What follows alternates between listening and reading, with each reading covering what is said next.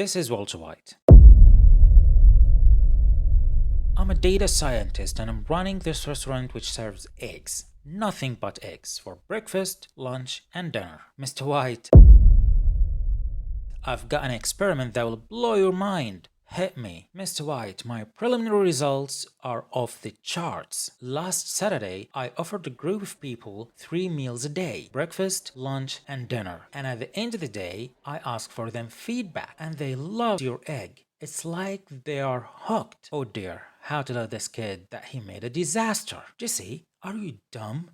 You're swimming in dangerous waters. You've got yourself a classic case of survivor bias.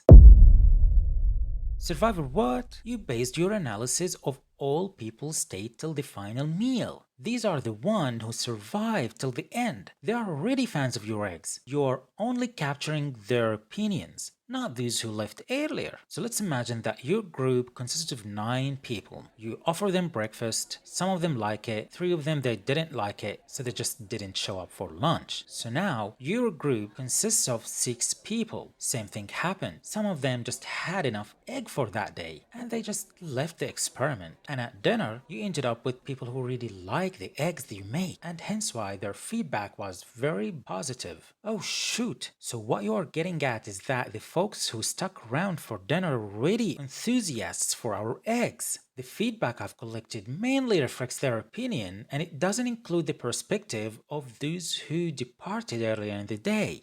Bingo, or should I say, excellent.